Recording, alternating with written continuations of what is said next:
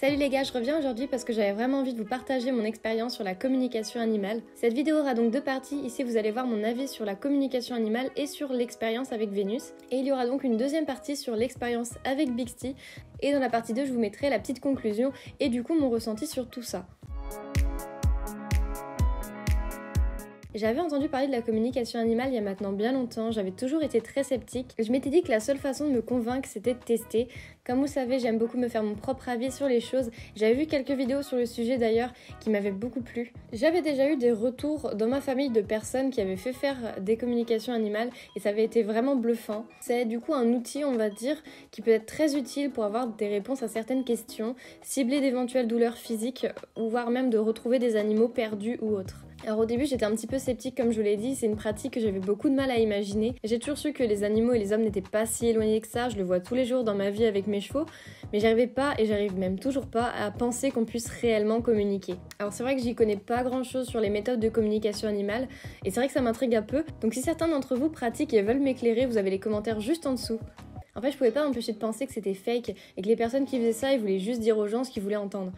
Encore plus pour les gens qui exposent leurs chevaux sur les réseaux sociaux, et j'en fais partie, il y a certaines choses sur nous qui sont faciles de savoir juste avec le compte Instagram. Je vous invite d'ailleurs à vous abonner au compte Instagram BPD, je vous le mets juste ici. Je suis un petit peu plus présente j'avoue que sur YouTube, parce que sur YouTube j'avoue que je viens tous les 2 ans. J'ai donc choisi de faire une communication animale pour Bixty et une pour Vénus. J'avoue, je n'arrivais pas à choisir entre les deux. J'ai donc fait appel à une personne que je suivais depuis pas mal de temps sur les réseaux sociaux et qui était un peu populaire dans cette pratique-là, on va dire. Elle proposait divers services pour divers tarifs, parce que oui, une communication animale c'est payant, travail, rémunération, logique. Et je me suis dit du coup quitte à tester, autant y aller jusqu'au bout. Donc j'ai choisi la formule la plus complète pour les 2 juments où tu peux poser autant de questions que tu veux, tout ça.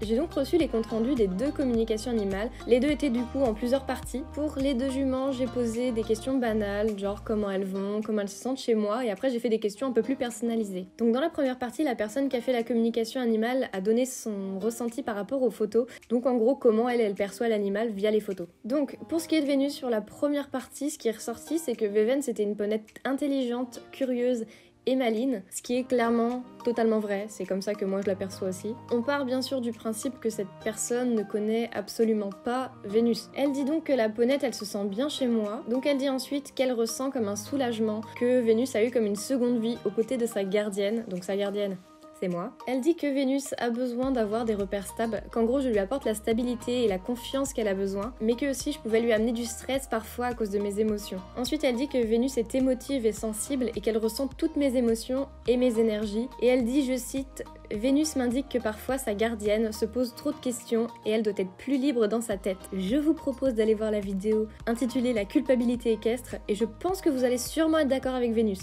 Elle continue du coup en disant que la ponette est affectueuse, possessive et qu'elle aime être le centre de l'attention. Donc par la suite on entre dans le vif du sujet en parlant du passé de Vénus. Elle dit donc que Vénus a vécu apparemment beaucoup de changements de propriétaire et d'environnement, qu'elle aurait connu en tout 4 hommes et une femme dans sa vie. Cette partie elle coïncide complètement avec ce que m'avait dit son ancienne propriétaire quand j'ai récupéré Vénus. Elle raconte du coup que le plus gros traumatisme de Ven, ce serait son sevrage qui apparemment a été vraiment très brutal, qu'elle se serait retrouvée seule dans un pré et que 2 hommes ont tenté de l'éduquer violemment. Elle a donc apparemment été attachée à de nombreuses cordes et longes et qu'elle a eu un mord dans la bouche qui lui faisait très mal. Alors cette partie-là me semble vraiment cohérente parce que quand moi j'ai eu Vénus, elle était pas débourrée à proprement parler et que du coup quand j'ai commencé le travail avec elle j'avais toujours eu ce sentiment que c'était pas la première fois qu'elle était débourrée. Pour ce qui est du passé de Vénus, c'est vrai que on a toujours eu le ressenti que c'était une ponette qui avait été malmenée. Moi c'est ce qu'on m'avait dit aussi quand je l'ai récupérée.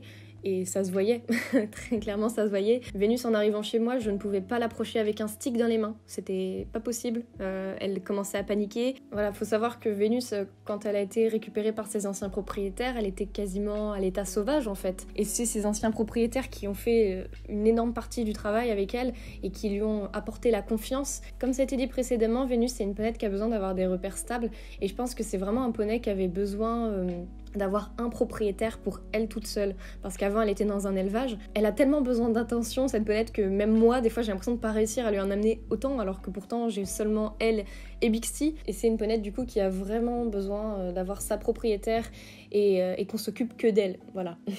Dans la deuxième partie, elle présente donc les désirs du cheval. Ce qui ressort du coup de cette partie, c'est que Vénus me remercie, qu'elle a besoin d'être rassurée et d'avoir ma présence à ses côtés, qu'elle est heureuse et qu'elle ne veut pas changer de vie. Vénus veut apparemment que je connaisse son passé afin que je comprenne certaines de ses réactions. Elle dit donc que Vénus est très gourmande, qu'elle aimerait continuer à jouer et à courir avec moi et qu'elle a besoin de beaucoup d'amour.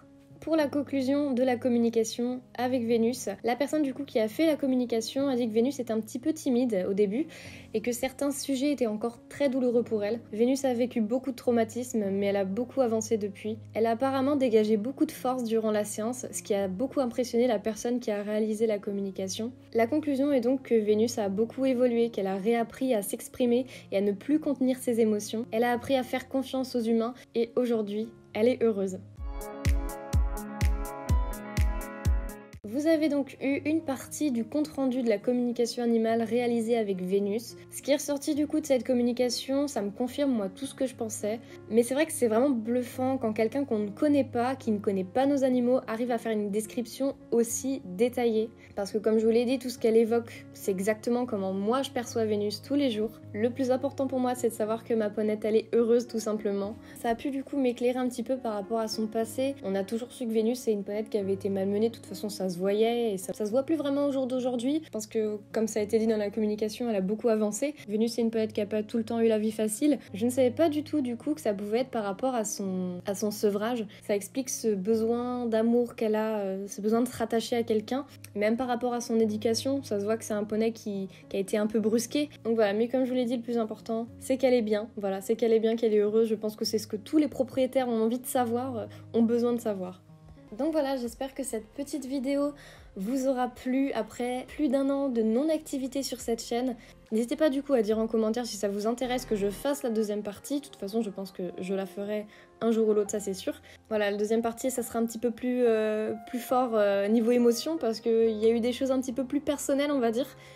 Dans la deuxième partie, je vous ferai part de mon ressenti du coup suite à cette expérience-là et du coup je vous donnerai mon avis sur la communication animale actuellement, ce que j'en pense. Sur ce, on se retrouve très bientôt j'espère. Bye!